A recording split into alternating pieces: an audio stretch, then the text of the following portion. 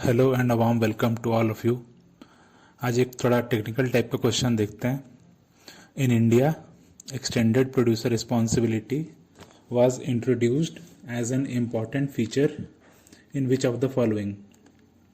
Option है आपके पास: the biomedical waste management and handling rules 1998, the recycled plastic manufacturing and usage rules 1999, E waste management and handling rules 2011, food safety and standard regulation 2011। इसका पहले आपका answer पहले बता देता हूँ मैं। ये आंसर जो है इसका हो जाएगा सी हो जाएगा। जो एक्सटेंडेड प्रोड्यूसर रिस्पॉन्सिबिलिटी है वो ई वेस्ट से रिलेटेड है। तो थोड़ा सा इसका हम लोग एक्सप्लेनेशन पार्ट देखते हैं, थोड़ा सा बैकग्राउंड स्टडी करते हैं। तो पहला ऑप्शन में हमने पढ़ा क्या, biomedical waste management and handling rules 1998। अब ये क्या, बायोमेडिकल वेस्ट क्या होता है? हमारे जो भी हॉस्पिटल हैं, जो भी हमारे क्लिनिक हैं, डिस्पेंसरी हैं, जितने भी वेटरनरी इंस्टीट्यूशंस हैं, जो भी हमारे पैथोलॉजिकल लैब्स हैं, जो भी ब्लड बैंक है, ये जितना भी इस तरह हॉस्पिटल रिलेटेड, जो भी हेल्थ रिलेटेड जो भी हमारे पास जो इंस्टीट्यूशंस हैं, उनमें जो वेस्ट जनरेट होता है वो क्या होता है, बायोमेडिकल वेस्ट होता है। अभी ये किस किस चीज़ों का इंक्लूड कर सकता है, जैसे कि हो गया ह्यूमन एनाटॉमिकल वेस्ट, फिर वेस्ट शार्प हो गया, एक्सपेरिमेंटल वेस्ट हो गया। एक्सपेरिमेंटल वेस्ट क्या हो गया, जो भी हम लोग का माइक्रोबायोलॉजी लैब से या बायोटेक्नोलॉजी लैब से जो वेस्ट जनरेट होता है वो एक्सपेरिमेंटल वेस्ट हो गया। फिर इसके बाद कोई भी सॉलिड वेस्ट हो गया, जैसे कि कॉटन हो गया, फिर जो हमारे ऊपर हाथ पे या पैर पे प्लास्टर लगाया जाता है वो हो गया, फिर लिक्विड वेस्ट हो गया, इत्यादि इत्यादि। इस तरह के कुछ एग्जांपल्स हो गए हॉस्पिटल वेस्ट में। कहने का मतलब जो भी टाइप का वेस्ट अगर हॉस्पिटल में जनरेट हो रहा है वो हो जाएगा बायोमेडिकल वेस्ट। अब इसमें क्या क्या प्रोविजंस हैं। सबसे पहले तो वेस्ट जनरेट हो रहा है तो उस वेस्ट का क्या होता है, कलेक्शन होता है। कलेक्शन के बाद उसको स्टोर कर सकते हैं, उसको ट्रांसपोर्ट किया जाएगा, उसका ट्रीटमेंट होगा और फाइनली उसको डिस्पोज किया जाएगा। एक इम्पॉर्टेंट पॉइंट ये है नोट करने के लिए कि वेस्ट का जो जनरेशन जहां पर हो रहा है, जिस पॉइंट पर हो रहा है, वहां पर ही उसको सेग्रीगेट किया जाएगा। कहने का मतलब कि सेपरेट किया जाएगा, अलग अलग उसको क्लासिफाई किया जाएगा। ट्रीटमेंट कैसे कैसे हम लोग कर सकते हैं, या तो उसको इंसिनरेटर में जाके बर्न कर देंगे, माइक्रोवेव किया जा सकता है, या फिर उसको हम लोग बहुत ही डीप बरियल कर देंगे। स्टोरेज का एक रूल है कि इसको 2 दिन से कम तक उसको स्टोर करके रखना है, उससे ज़्यादा हम लोग उसको स्टोर करके नहीं रख सकते हैं बायोमेडिकल वेस्ट को। इन रूल्स को कौन इन्फोर्स करता है?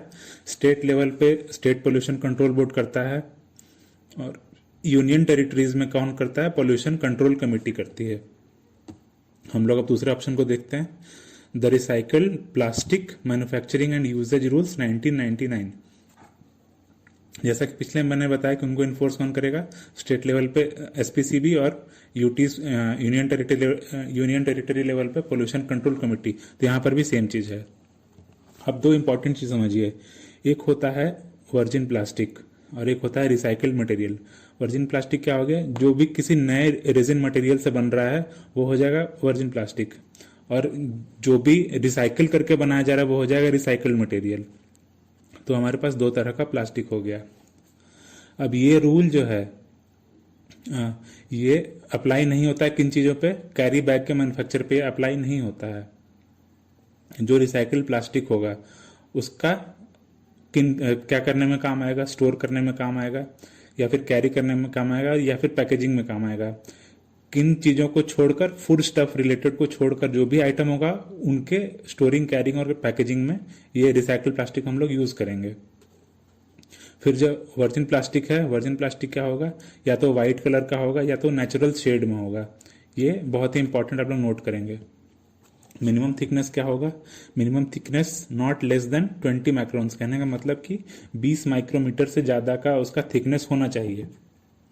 अब देखिए दो तरह का हम लोग जनरली प्लास्टिक देखते हैं। एक तो हो गया डी पंच बैग जो कि फिगर 1 में देख रहे हैं, और एक हो गया वेस्ट टाइप बैग। इनका डायमेंशन भी दिख दिया हुआ है, 8 इंच होगा इसका थिकनेस विड्थ, और 12 इंच होगा इसका हाइट। हम लोग अब तीसरे ऑप्शन पे आते हैं जो कि था E waste management and handling rules 2011। सबसे पहले समझिए कि ई वेस्ट क्या होता है। कोई भी हमारे पास इलेक्ट्रॉनिक इक्विपमेंट है या भी कोई इलेक्ट्रिकल इक्विपमेंट है, उसमें से जो भी वेस्ट जनरेट होगा वो हो जाएगा ई वेस्ट। इंपॉर्टेंट चीज ये है कि वो जो हम लोग के पास जो वेस्ट ई वेस्ट जनरेट होता है उसको हम लोग रिसाइकल भी कर सकते हैं। अब बहुत सारे टॉक्सिक एलिमेंट्स प्रोड्यूस होते हैं, जैसे कि लेड हो गया, कैडमियम हो गया, लेड ऑक्साइड हो गया, फिर टॉक्सिक गैसेस प्रोड्यूस हो सकते हैं, एसिड प्रोड्यूस हो सकता है, फिर प्लास्टिक वेस्ट जनरेट हो सकता है। ई वेस्ट रूल्स के अंदर ही आता है एक्सटेंडेड प्रोड्यूसर रिस्पॉन्सिबिलिटी, जिसको कि हम लोग शॉर्ट में ईपीपी बोलते हैं। अब ये क्या है, प्रोड्यूसर को क्या करना होता है, वो लायबल होता है ई वेस्ट के रिसाइकलिंग के लिए, ई वेस्ट के रिडक्शन के लिए। मतलब जो भी ई वेस्ट होगा उसको या तो रिसाइकल करिए या तो उसको रिड्यूस कीजिए, ये प्रोड्यूसर का रिस्पॉन्सिबिलिटी है। और क्या इंपॉर्टेंट बात हो गई, प्रोड्यूसर को कंज्यूमर अवेयरनेस भी लाना होता है। जो भी डूज है या जो भी डोंट्स है ई वेस्ट से रिलेटेड, वो उसको स्पेसिफिकली मेंशन करना पड़ेगा। यहाँ पर इन्फोर्समेंट का काम भी एसपीसीबी का होगा स्टेट लेवल पे, सीपीसीबी का होगा सेंट्रल लेवल पे, और पोल्यूशन कंट्रोल कमेटी का होगा यूटी लेवल पे। इनफैक्ट जो बल्क कंज्यूमर्स होते हैं, जो ई वेस्ट के बल्क कंज्यूमर्स है, जो उनका भी रिस्पॉन्सिबिलिटी है कि ई वेस्ट को रिसाइकल करने में वो हेल्प करेंगे। फिर हमारे पास कलेक्शन सेंटर्स बनाए गए हैं, डिसमेंटलर्स बनाए गए हैं। ये क्या करते हैं, ई वेस्ट को डिसमेंटल करते हैं, उनको फिर सेग्रीगेट किया जाता है, यानी कि सेपरेट किया जाता है उसको कंपोनेंट वाइज, और फाइनली जो कुछ इंपॉर्टेंट कंपोनेंट हैं उसको हम लोग वापस रिसाइकल करके रीयूज में लाते हैं। उसी को आप पढ़ते होंगे कि रिफर्बिश्ड कोई भी अगर प्रोडक्ट है हमारे पास जो आता है, ई वेस्ट को कितने दिन तक स्टोर किया जाएगा, 180 डेज से कम। लेकिन परमिशन अगर मिलता है तो फिर इस पीरियड को एक्सटेंड भी किया जा सकता है। हम लोग लास्टली चौथे ऑप्शन पे आते हैं, food safety and standard regulation 2011। अब ये बहुत ही वास्ट रेगुलेशंस को इंक्लूड करता है। अब किन किन चीज़ों से रेगुलेशन रिलेटेड हो सकता है हम लोग वो देखते हैं। अब या तो वो फूड बिजनेस के लाइसेंसिंग या रजिस्ट्रेशन से रिलेटेड हो सकता है, फिर फूड में कुछ एडिटिव्स डाले जाते हैं, ये उनसे रिलेटेड हो सकता है। फूड की पैकेजिंग होगी, उस पर कुछ लेबलिंग किया जाएगा, ये रूल्स जो हैं उनसे रिलेटेड रखे होंगे। फिर लेबोरेटरी में जो जो भी सैंपल का एनालिसिस होगा, ये उसके बारे में भी बताता है। फिर किसी किसी केसेस में कंटामिनेंट्स भी ऐड होते हैं, तो रूल्स उससे उससे भी पर्टेन करता है।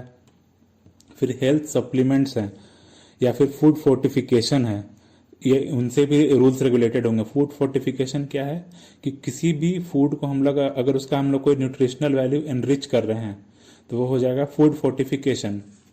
जैसे कि आप लोग नमक में पढ़ते होंगे कि आयोडीन मिलाया जाता है, तो वो क्या हो गया, फूड फोर्टिफिकेशन का एक एग्जाम्पल हो गया।